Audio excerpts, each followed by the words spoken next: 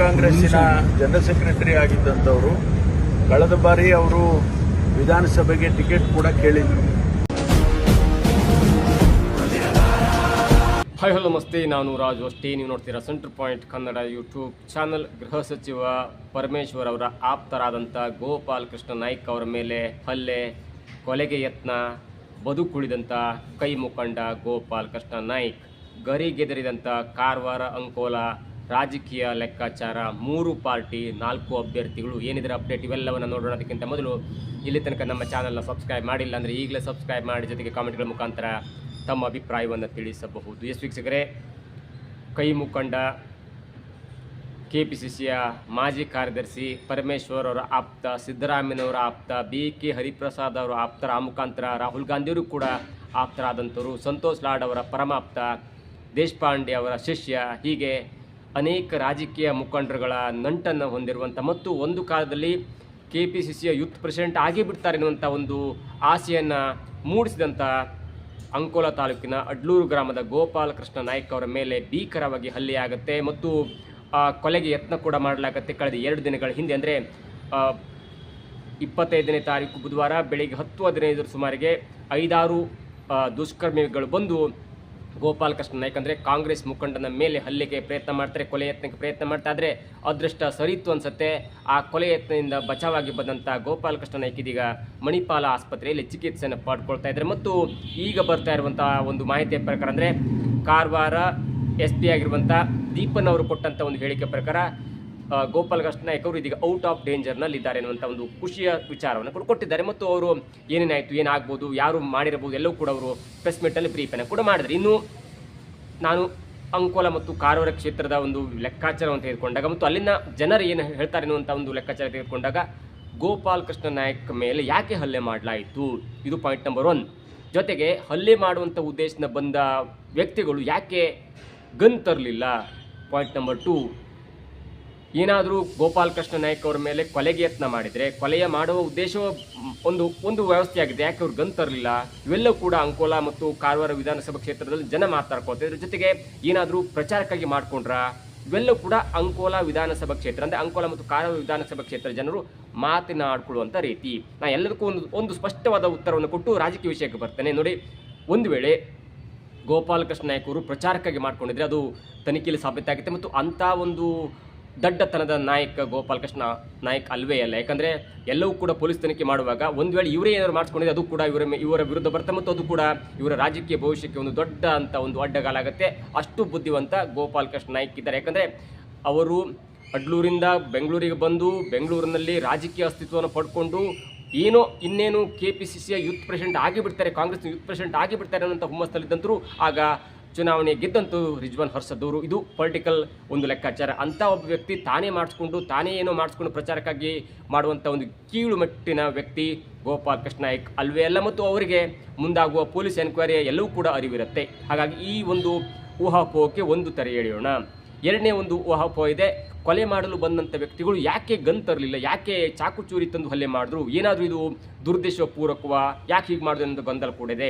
ನಮಗೆ ತಿಳಿದಂಥ ಮಾಹಿತಿ ಪ್ರಕಾರ ಮೊದಲು ಸುದ್ದಿ ಬಂದದ್ದು ಬಿಹಾರ ಮೂಲದ ವ್ಯಕ್ತಿಗಳು ಹಲ್ಲೆ ಮಾಡಲಿಕ್ಕೆ ಮುಂದಾಗಿದ್ದರು, ಗೋವಾ ಗಾಡಿಯನ್ನು ತೆಗೆದುಕೊಂಡು ಬಂದರು ಎನ್ನುವಂಥ ಒಂದು ಲೆಕ್ಕಾಚಾರ, ಒಂದು ಮಾಹಿತಿ ಹರಿದಾಡ್ತಿತ್ತು. ಆದರೆ SP ಅವರು ಕೊಟ್ಟಂಥ ಮಾಹಿತಿ ಪ್ರಕಾರ ಅವರು ಗೋವಾ ಮೂಲದ ವ್ಯಕ್ತಿಗಳು, 4 ಜನ ಮುಸ್ಲಿಂ ಸಮುದಾಯದಿಂದ ಬಂದಂಥವ್ರು ಎನ್ನುವಂಥ ಲೆಕ್ಕಾಚಾರ ಸಿಕ್ಕಾಗ ಬಿಹಾರದ ಮೂಲದ ಆದರೆ ಅವ್ರು ಗನ್ ತೊಗೊಂಡು ಬರ್ತಿದ್ರು.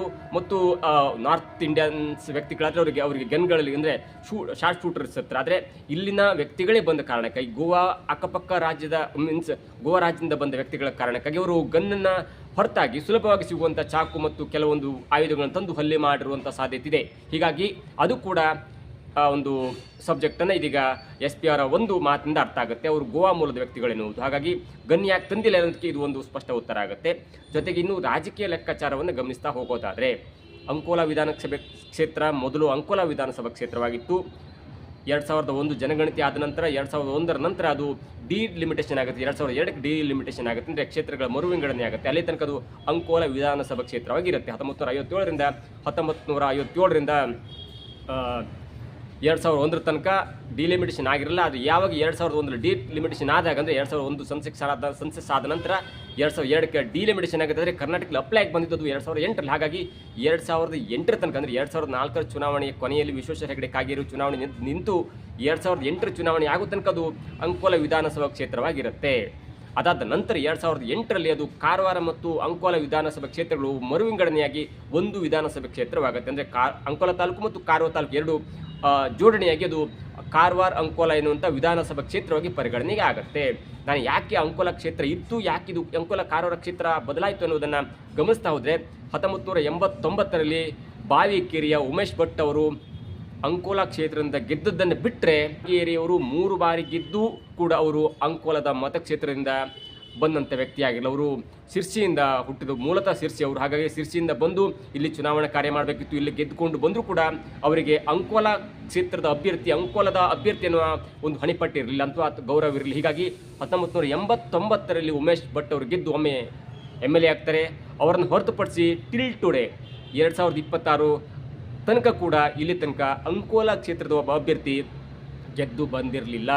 2008ರಲ್ಲಿ ಆನಂದ್ ಹೊಸನೋಟಿಕರ್ ಅವರು ಗೆಲ್ತಾರೆ, 2013ರಲ್ಲಿ ಸತೀಶ್ ಸೈಲ್ ಅವರು ಗೆಲ್ತಾರೆ, 2018ರಲ್ಲಿ ರೂಪಾಲಿ ನಾಯ್ಕ್ ಗೆಲ್ತಾರೆ, 2023ರಲ್ಲಿ ಮತ್ತೆ ಸತೀಶ್ ಸೈಲ್ ಅವರು ಗೆಲ್ತಾರೆ. ಹೀಗಾಗಿ ಈ ಎಲ್ಲ ಗೆದ್ದಂಥ 3 ಅಭ್ಯರ್ಥಿಗಳು ಕೂಡ ಕಾರವಾರ ಕ್ಷೇತ್ರದಲ್ಲಿ ಜನಮನ್ನಣೆಯನ್ನು ಇಟ್ಕೊಂಡರು ಮತ್ತು ಅವರು ಕೂಡ ಕಾರವಾರ ಕ್ಷೇತ್ರದಲ್ಲಿ ಹುಟ್ಟು ಬೆಳೆದು ಕಾರವಾರ ಕ್ಷೇತ್ರವನ್ನು ಪ್ರತಿನಿಧಿಯಾಗಿ ಬಂದಂತು. ಹೀಗಾಗಿ ಅಂಕೋಲ ಕ್ಷೇತ್ರ ಇದ್ದರೂ ಕೂಡ, ಅಂಕೋಲ ಕ್ಷೇತ್ರ ವಿಧಾನಸಭಾ ಕ್ಷೇತ್ರವಾಗಿದ್ದರೂ ಕೂಡ ಒಮ್ಮೆ ಮಾತ್ರ ಉಮೇಶ್ ಭಟ್ ಅವರಿಗೆ ನಿಂತು ಗೆಲ್ಲುವಂಥ ಅವಕಾಶ ಸಿಗುತ್ತೆ. 3 ಬಾರಿ ಗೆದ್ದಂಥ ಅಂಕೋಲ ಕ್ಷೇತ್ರ ಗೆದ್ದಂಥ ಹೆಗ್ಗಳಿಕೆ ಇದ್ದಂಥ ಕಾಗೇರಿ ಕೂಡ ಅವರು ಸಿರ್ಸಿಯ ಮೂಲದಂಥವರು. ಅದಾದ ನಂತರ ಕ್ಷೇತ್ರ ಮರುವಿಂಗಡಣೆಯಾದ ಅದಾದ ನಂತರ ಗೆದ್ದಂಥ 3 ಅಭ್ಯರ್ಥಿಗಳು ಕೂಡ 2 ಬಾರಿ ಸತೀಶ್ ಗೆಲ್ತಾರೆ, ಒಮ್ಮೆ ಆನಂದ್ ಹೊಸನೋಟಿಗೆ ಗೆಲ್ತಾರೆ ಮತ್ತು ಒಮ್ಮೆ ರೂಪಾಲಿ ನಾಯ್ಕ್ ಗೆಲ್ತಾರೆ. ಇವರೆಲ್ಲರೂ ಕೂಡ ಅಂಕೋಲ ಕ್ಷೇತ್ರದಿಂದ ಹೊರಗಡೆ ಇದ್ದಂಥವ್ರು. ಹೀಗಾಗಿ ಒಂದು ಕಡೆ ಎಲ್ಲೋ ಒಂದು ಕಡೆ ಅಂತಿತ್ತು ಉದ್ದವಾಗಿರುವಂಥ ಅಂಕೋಲ ತಾಲೂಕು ಅಥವಾ ಅದ್ರ ಜೊತೆಗೆ ಸೇರಿಕೊಂಡಂಥ ಕಾರವಾರಕ್ಕೆ ಒಬ್ಬ ಅಭ್ಯರ್ಥಿಯನ್ನು ಗೆಲ್ಸ್ಕೊಂಡ್ರೆ ಅದು ಉದ್ದ ಜಿಲ್ಲೆಯಾಗುತ್ತೆ. ನೀವು ಕಾರವಾರ ಗೋವಾ ಬೌಂಡ್ರಿಯಿಂದ ಈ ಕಡೆ ಅಂಕೋಲ, ಕೊಡ್ಲಗದ್ದೆ, ಯಲ್ಲಾಪುರ ತನಕ ಹೋಗ್ಬೇಕಂದ್ರೆ 106 ಕಿಲೋಮೀಟರ್ ಉದ್ದದ ಜಿಲ್ಲೆ ಆಗಿರೋದ್ರಿಂದ ಒಂದು ಸಲ ಆ ಅಭ್ಯರ್ಥಿ ಕಾರವಾರ ಕ್ಷೇತ್ರದ ಅಭ್ಯರ್ಥಿ ಗೆದ್ದರೆ ಮತ್ತೊಂದು ಸಲ ಈ ಅಂಕೋಲ ಕ್ಷೇತ್ರದ ಅಭ್ಯರ್ಥಿಗಳು ಗೆಲ್ಲಬೇಕು ಎನ್ನುವಂಥ ಅಭಿಪ್ರಾಯ ಜನರ ಒಂದು ಲೆಕ್ಕಾಚಾರವಾಗಿತ್ತು. ಅದರ ತರುವಾಯವಾಗಿ ಗೋಪಾಲಕೃಷ್ಣ ನಾಯ್ಕ ಅವರು ಇಲ್ಲ, ನಾನು ಅಂಕೋಲ ಕ್ಷೇತ್ರದ ಅಭ್ಯರ್ಥಿಯಾಗಿ ಅಂಕೋಲ ಮತ್ತು ಕಾರವಾರ ಕ್ಷೇತ್ರದಿಂದ ಗೆಲ್ಲಬೇಕೆನ್ನುವಂಥ ಪಣವನ್ನು ತೊಟ್ಟುಕೊಂಡು ಈಗ ಕಳೆದ 2 ವರ್ಷಗಳಿಂದ ಅಂದರೆ ರಾಜಕೀಯದಿಂದ ಬಂದು ಇದೀಗ ಕ್ಷೇತ್ರದ ರಾಜಕೀಯ ಹತ್ರ ಸ್ವಲ್ಪ ಮುಖ ಮಾಡಿದರು. ಆ ಮುಖ ಮಾಡಿದ ನಂತರ ಅವರು ಕೈಗೊಳ್ಳುವಂಥ 2 ನಿರ್ಧಾರ. ಒಂದು, ಕಾಂಗ್ರೆಸ್ನಾಗಿ ನಾನು ಕಾಂಗ್ರೆಸ್ ಪಕ್ಷವನ್ನು ಬೆಳೆಸಬೇಕು, ಜೊತೆಗೆ BJPಗೆ ಹೋಗ್ತಾ ಇರುವಂಥ ಹಿಂದೂ ಮತಗಳನ್ನು ಕೂಡ ತಾನು ಸೆಳೆಯಬೇಕೆನ್ನುವಂಥ ಪ್ರಯತ್ನವಾಗಿ 2 ಪ್ರಯತ್ನವನ್ನು ಪಡ್ತಾಯಿದ್ರು. ಒಂದು, ಕಾಂಗ್ರೆಸ್ಸಿಗೆ ಕಾರ್ಯಕರ್ತನಾಗಿರುವಂಥ ಕಾರಣಕ್ಕಾಗಿ ನಾನು ಕಾಂಗ್ರೆಸ್ ಪಕ್ಷವನ್ನು ಬೆಳೆಸಬೇಕು, ಯಾರೇ MLA ಆಗಿರಲಿ, ಯಾರೇ MP ಆಗಿರಲಿ ಕಾಂಗ್ರೆಸ್ ಪಕ್ಷದಿಂದ. ಅಂದರೆ ಕಾಂಗ್ರೆಸ್ ಪಕ್ಷದಿಂದ ಸದ್ಯ ಈಗ ಸತೀಶ್ ಸೈಲ್ ಅವರು MLA ಆಗಿದ್ದಾರೆ. ಅವರು ಕೂಡ ಒಂದು ಮಟ್ಟಿಗೆ ಒಳ್ಳೆಯ ಕೆಲಸವನ್ನು ಮಾಡ್ತಿದ್ದಾರೆ. ಯಾಕಂದರೆ ಶೈಲ್ ಅವರಿಗೆ ಇದೀಗ ಸೇತುವೆಗಳ ಸರ್ದಾರ್ ಎನ್ನುವಂಥ ಹಣೆಪಟ್ಟಿ ಕೂಡಿದೆ, ಅಂದರೆ ಗೌರವ ಕೂಡಿದೆ. ಹಾಗಾಗಿ ಅವರು ಯಾರೇ ನೀವು ಫೋನ್ ಮಾಡಿದ್ರು ರಿಸೀವ್ ಮಾಡ್ತಾರೆ, ಯಾರೇ ಒಂದು ಒಳ್ಳೆಯ ಕೆಲಸ ಮಾಡಿ ಅಂತ ಹೇಳಿದಾಗ ಕೂಡ ಅದನ್ನು ಗಮನ ಕೇಳ್ತಾರೆ. ಮತ್ತು ಉತ್ತರ ಕನ್ನಡಕ್ಕೆ ಈ ಮಲ್ಟಿ ಸ್ಪೆಷಾಲಿಟಿ ಹಾಸ್ಪಿಟಲ್ ಆಗಿರ್ಬೋದು ಬಂದಾಗ ನೇರವಾಗಿ ಇಲ್ಲ, ನಮ್ಮ ಉತ್ತರ ಕನ್ನಡ ಜಿಲ್ಲೆಗೆ ಮಲ್ಟಿ ಸ್ಪೆಷಾಲಿಟಿ ಅಥವಾ ಸೂಪರ್ ಸ್ಪೆಷಾಲಿಟಿ ಹಾಸ್ಪಿಟಲನ್ನು ನೀವು ಕೊಟ್ಟಿಲ್ಲ ಅಂದರೆ ನಾನು ರಿಜೈನ್ ಮಾಡ್ತೇನೆ ಅಂತ ಒಂದು ವಾಗ್ದಾನವನ್ನು ನೇರವಾಗಿ ಮಾಡಿದಂಥವ್ರು ಸತೀಶ್ ಸೈಲ್. ಹೀಗಾಗಿ ನಾನು ಇಲ್ಲಿ ಪೊಲಿಟಿಕಲಿ ಯಾರ ವಿರುದ್ಧವೂ ಮಾತಾಡ್ತಿಲ್ಲ, ಎಲ್ಲರೂ ಪ್ಲಸ್ ಕೂಡ ಮಾತಾಡ್ತಿದ್ರಿ. ಹೀಗಾಗಿ ಸತೀಶ್ ಸೈಲ್ ಎನ್ನುವಂಥ ಒಬ್ಬ ಒಳ್ಳೆಯ MLA ಇದ್ದರೂ ಕೂಡ ಪಕ್ಷದ ಪೂರಕವಾಗಿ ಗೋಪಾಲಕೃಷ್ಣ ನಾಯ್ಕ ಅವರು ಬೆಳೀತಾ ಇದ್ರು. ಜೊತೆಗೆ ಸತೀಶ್ ಸೈಲ್ ಅವರಿಗೆ ಪೂರಕವಾಗಿ ಮತ್ತು ಈ BJP ಹಿಂದೂ ವೋಟ್ಗಳನ್ನ ಪಡ್ಕೊಳ್ಳುವಂಥ ವಿಷಯವಾಗಿ ಅವರು ಒಂದು ಹಿಂದೂ ಸಮಾವೇಶ, ಯುವ ಸಮಾವೇಶ ಎಲ್ಲವೂ ಕೂಡ ಮಾಡ್ತಾ ಇದ್ರು. ಯುವಕ ಮಂಡಳಿಯ ಕಡೆಯಿಂದ, ಯುವ ಸಮುದಾಯದ ಕಡೆಯಿಂದ ಅವರು ಈಗ ಸ್ವಾಮೀಜಿಗಳನ್ನ ಸನ್ಮಾನ ಮಾಡೋದಾಗಿರಲಿ ಅಥವಾ ಬೇರೆ ಬೇರೆ ಕಡೆಯಿಂದ ಅಥವಾ ಈ ಫುಟ್ಬಾಲ್ ಆಡಿಸೋದು, ಕ್ರಿಕೆಟ್ ಆಡಿಸೋದು, ಕಬಡ್ಡಿ ಆಡಿಸೋದು, ಹೀಗೆ ಅವರ ಒಂದು ಯುವಕರ ಮತವನ್ನು ಕಾಂಗ್ರೆಸ್ಸಿಗೆ ಸೆಳೆಯುವಂಥ ಸಲುವಾಗಿ ಅವರು ಪ್ರಯತ್ನವನ್ನು ಮಾಡ್ತಾಯಿದ್ರು. ಹೀಗಾಗಿ ಇದೀಗ ಕಾಂಗ್ರೆಸ್ನಲ್ಲಿ 2 ಜನ ಉತ್ತಮವಾದಂಥ ಕ್ಯಾಂಡಿಡೇಟ್ ಇದ್ದಾರೆ. ಒಂದು ಸತೀಶ್ ಸೈಲ್ ಪ್ರೆಸೆಂಟ್ MLA ಆಗಿದ್ದಾರೆ, ಅವ್ರಿಗೆ ಮುಂದೆ ಟಿಕೆಟ್ ಸಿಗ್ಬೋದು. ಜೊತೆಗೆ ತನಗೂ ಕೂಡ ಟಿಕೆಟ್ ಸಿಕ್ಕರೆ ತಾನು ಟಿಕೆಟ್ ಪಡ್ಕೊಂಡು ನಿಂತು ಗೆದ್ದು ತೋರಿಸ್ತೇನೆ ಎನ್ನುವಂಥ ಒಂದು ಲೆಕ್ಕಾಚಾರ ಗೋಪಾಲಕೃಷ್ಣ ನಾಯ್ಕ ಅವ್ರ ಹತ್ರ ಇದೆ. ಇನ್ನು BJP ಕಡೆಯಿಂದ ರೂಪಾಲಿ ನಾಯ್ಕ ಅವರು 2018ರಲ್ಲಿ ಗೆದ್ದು 2023ರಲ್ಲಿ ಸೋಲನ್ನು ಅನುಭವಿಸಿದ್ರು. ಅವರಿಗೆ 1 ಬಾರಿ MLA ಆದಂಥ ಒಂದು ಅನುಭವ ಇದೆ ಮತ್ತು ಉತ್ತರ ಕನ್ನಡ ಜಿಲ್ಲೆಯಲ್ಲಿ ಮಹಿಳೆಯರಿಗೆ ಪ್ರಾತಿನಿಧ್ಯ ಕೊಡಬೇಕೆನ್ನುವಂಥ ಕಾರಣಕ್ಕಾಗಿ ಅವರಿಗೆ ಮುಂದಿನ ಚುನಾವಣೆಯಲ್ಲಿ ಟಿಕೆಟ್ ಕೂಡ ಕೊಡ್ಬೋದು ಮತ್ತು ಅವರೀಗ BJPಯ ರಾಜ್ಯದ ಒಂದು ಕಾರ್ಯದರ್ಶಿ ಕೂಡ ಆಗಿದ್ದಾರೆ. ಹಾಗಾಗಿ ಅವರಿಗೆ 2023 ಟಿಕೆಟ್ ಸಿಗಬಹುದು. ಇನ್ನು JDS ಪಕ್ಷ ಬಂದಾಗ ಒಂದು ವೇಳೆ BJP ಮತ್ತು JDS ಪಕ್ಷಗಳು ಚುನಾವಣಾ ಪೂರ್ವವಾಗಿ ಮೈತ್ರಿಯನ್ನು ಮಾಡಿಕೊಂಡ್ರೆ ಆನಂದ್ ಹಸ್ನೋಟಕರ್ ಅವರಿಗೆ JDSನ ಟಿಕೆಟ್ ಸಿಗುವುದು ಕಷ್ಟ ಆಗ್ಬೋದು. ಯಾಕಂದರೆ ಅಲ್ಲಿ ರೂಪಾಲಿ ನಾಯ್ಕ ಅನ್ನುವಂಥ ಒಬ್ಬ ದಿಟ್ಟ ಮಹಿಳೆ ಇದ್ದಾರೆ. ಹಾಗಾಗಿ ಅವರಿಗೆ ಟಿಕೆಟ್ ಸಿಗದೇ ಇರಬಹುದು. ಒಂದು ವೇಳೆ ಚುನಾವಣಾ ಪೂರ್ವ ಮೈತ್ರಿ ಆಗದಿದ್ದರೆ ಆಗ BJPಯಿಂದ ರೂಪಾಲಿ ನಾಯ್ಕ ಇರ್ತಾರೆ. JDSನಿಂದ ಅಫ್ಕೋರ್ಸ್ ಅವರು ಗೆದ್ದಂಥ ವ್ಯಕ್ತಿ ಅಥವಾ ಲಾಸ್ಟ್ ಟೈಮ್ 2018ರಲ್ಲಿ ಸೆಕೆಂಡ್ ಪ್ಲೇಸಲ್ಲಿ ಬಂದಂಥ ವ್ಯಕ್ತಿ ಆಗಿರುವಂಥ ಆನಂದ್ ಹಸ್ನೋಟಕರ್ ಅವರಿಗೆ ಮತ್ತೆ ಟಿಕೆಟ್ ಸಿಗಬಹುದು. ಅದಾದ ನಂತರ ಕಾಂಗ್ರೆಸ್ನಿಂದ ಪ್ರೆಸೆಂಟ್ MLA ಆಗಿರುವಂಥ ಸತೀಶ್ ಶೈಲ್ ಅವರಿಗೆ ಟಿಕೆಟ್ ಕೂಡ ಸಿಗಬಹುದು. ಈ ಮೂವರ ಮಧ್ಯೆ ಗೋಪಾಲ್ ಕೃಷ್ಣ ನಾಯ್ಕ ಅವರು ಕೂಡ ಕಾಂಗ್ರೆಸ್ ಪಕ್ಷದಿಂದ ಟಿಕೆಟ್ ಕೇಳುವಂಥ ಸಾಧ್ಯತೆ ಕೂಡ ಇದೆ. ಇದಕ್ಕೆ ನಾನು ಯಾಕೆ ಹೇಳ್ತೇನೆ ಅಂದರೆ, ಒಮ್ಮೆ ಸತೀಶ್ ಶೈಲ್ ಅವರಿಗೆ ಕಾನೂನು ತೊಡಕಾದಾಗ ಮತ್ತು ಕೆಲವೊಂದು ಹಂತದಲ್ಲಿ ಅವರಿಗೆ ಹಿನ್ನಡೆಯಾದಾಗ ಆನಂದ್ ಹಸ್ನೋಟಕರ್ ಅವರು ಹೇಳ್ತಾ ಇದ್ರು, ಇಲ್ಲ ನಾನು ಚುನಾವಣೆಗೆ ನಿಲ್ಲಲು ಸಿದ್ಧ, ಕಾಂಗ್ರೆಸ್ ಅವಕಾಶವನ್ನು ಕೊಟ್ಟರೆ ನಾನು ಚುನಾವಣೆಗೆ ನಿಲ್ಲಲು ಸಿದ್ಧ. ಯಾಕಂದರೆ ಲಾಸ್ಟ್ ಟೈಮ್ ನಾನು ಸತೀಶ್ ಶೈಲ್ ಅವರಿಗೆ ಮತ ಹಾಕಿಸಿ ಗೆಲ್ಲಿಸಿಕೊಟ್ಟು ಬಂದಿದ್ದೇನೆ. ಹೀಗಾಗಿ ಸತೀಶ್ ಶೈಲ್ ಅವರು ತೊಂದರೆಯಲ್ಲಿದ್ದಾಗ ಆ ಮತಗಳಲ್ಲಿ ನನಗೆ ಬರ್ಬೋದೆನ್ನುವಂಥ ಒಂದು ಓಪನ್ ಸ್ಟೇಟ್ಮೆಂಟ್ ಕೂಡ ಕೊಟ್ಟಿದ್ದರು. ಹೀಗಾಗಿ ಅಲ್ಲಿ ಯಾರೂ ಕೂಡ ಮಿತ್ರರಲ್ಲ ಅನ್ನೋದು ಆನಂದ್ ಹಸ್ನೋಟಕರ್ ಅವರ ಒಂದು ಮಾತಿನಿಂದ ತಿಳಿದು ಬರುತ್ತೆ. ಇದರ ಜೊತೆಗೆ ಇದೀಗ BJPಯಿಂದ ರೂಪಾಲಿ ನಾಯ್ಕ ನಿಲ್ಲಬಹುದು, ಶೈಲ್ ಕಾಂಗ್ರೆಸ್ನಲ್ಲಿ ನಿಲ್ತಾರೆ. ಅದರೊಟ್ಟಿಗೆ ಗೋಪಾಲ್ ಕೃಷ್ಣ ನಾಯ್ಕ ಅವರು ಕೂಡ ಹೈಕಮಾಂಡ್ ಒತ್ತಡ ಹೇರಿ ನನಗೂ ಕೂಡ ಟಿಕೆಟ್ ಕೊಡಿ ಎನ್ನುವಂಥ ಲೆಕ್ಕಾಚಾರ ಇದ್ದಿರಬಹುದು. ಒಂದು ವೇಳೆ ಚುನಾವಣಾ ಪೂರ್ವ ಮೈತ್ರಿ ಆಗಲಿಲ್ಲ ಅಂದರೆ ಮತ್ತೊಬ್ಬ ಅಭ್ಯರ್ಥಿಯಾಗಿ JDSನಿಂದ ಆನಂದ್ ಹಸ್ನೋಟಕರ್ ಅವರಿಗೆ ಕೂಡ ಟಿಕೆಟ್ ಸಿಗುವಂಥ ಸಾಧ್ಯತೆ ಇದೆ. ಆದರೆ ಚುನಾವಣಾ ಪೂರ್ವ ಮೈತ್ರಿ ಆದರೆ ಕುಮಟಾದಲ್ಲಿ ಸೂರಜ್ ನಾಯ್ಕ ಸೋನಿ ಅವರಿಗೆ BJP ಟಿಕೆಟ್ ಬಿಟ್ಟುಕೊಟ್ಟು, ಅಂದರೆ JDSನ ಅಭ್ಯರ್ಥಿ ಆಗಿರುವಂಥ ಸೂರಜ್ ನಾಯ್ಕ ಸೋನಿ ಅವರಿಗೆ ಟಿಕೆಟ್ ಬಿಟ್ಟುಕೊಟ್ಟು ಪ್ರೆಸೆಂಟ್ MLA ಆಗಿರುವಂಥ ದಿನಕರ್ ಶೆಟ್ಟಿ ಅವರಿಗೆ ಕೊಟ್ಟು ಇಲ್ಲಿ JDSನ ಸಪೋರ್ಟ್ ಪಡ್ಕೊಂಡು, ಅಂದರೆ ಕಾರವಾರ ಅಂಕೋಲ ಕ್ಷೇತ್ರದಲ್ಲಿ JDSಗೆ ಬೈಕೌಟ್ ಮಾಡಿ JDS ಅಭ್ಯರ್ಥಿನ ಹೊರಗಿಟ್ಟು JDS ಸಪೋರ್ಟ್ ಪಡೆದು ರೂಪಾಲಿ ನಾಯ್ಕ ಅವರು ಸ್ಪರ್ಧೆಯೊಡ್ಡುವಂಥ ಚಾನ್ಸಸ್ ಕೂಡ ಇದೆ. ಹೀಗಾಗಿ ಚುನಾವಣಾ ಪೂರ್ವ ಮೈತ್ರಿ ಆದರೆ ಉತ್ತರ ಕನ್ನಡದ ಕುಮಟಾದಲ್ಲಿ ಸೂರಜ್ ನಾಯ್ಕ ಸೋನಿ ಅವರಿಗೆ, ಅಂದರೆ JDSನ ಅಭ್ಯರ್ಥಿ ಆಗಿರೋ ಸೂರಜ್ ನಾಯ್ಕ ಸೋನಿ ಅವರಿಗೆ JDS ಟಿಕೆಟ್ ಬಿಟ್ಟುಕೊಟ್ಟು ಇಲ್ಲಿ JDSನಿಂದ ಆನಂದ್ ಹಸ್ನೋಟಕರ್ ಅವರನ್ನ, ಅಂದರೆ ಆನಂದ್ ಹಸ್ನೋಟಕರ್ ಅವರ ಬದಲಾಗಿ JDS ಮತ್ತು BJPಯ ಮೈತ್ರಿ ಅಭ್ಯರ್ಥಿಯಾಗಿ ರೂಪಾಲಿ ನಾಯ್ಕ ಅವರು ಸ್ಪರ್ಧೆಯನ್ನು ಮಾಡಬಹುದು. ಅದು ಒಂದು ಮಟ್ಟಿಗೆ ಕ್ಲಿಯರ್ ಆಗುತ್ತೆ. ಕಾಂಗ್ರೆಸ್ ಮಟ್ಟಿಗೆ ಸತೀಶ್ ಶೈಲ್ ಅವರು ಪ್ರೆಸೆಂಟ್ MLA ಆಗಿದ್ದರೆ ಮತ್ತೊಂದು ಹೆಸರಿದೆ, ಅವರಿಗೆ ಟಿಕೆಟ್ ಉಳಿಸ್ಕೊಳ್ತಾರೆ ಅಥವಾ ಯುವ ಮುಖಂಡರಾಗಿರುವಂಥ ಗೋಪಾಲ್ ಕೃಷ್ಣ ನಾಯ್ಕ ಅವರಿಗೆ ಟಿಕೆಟ್ ಕೊಡ್ತಾರೆ ಅನ್ನುವಂಥ ಗೊಂದಲ ಇತ್ತು.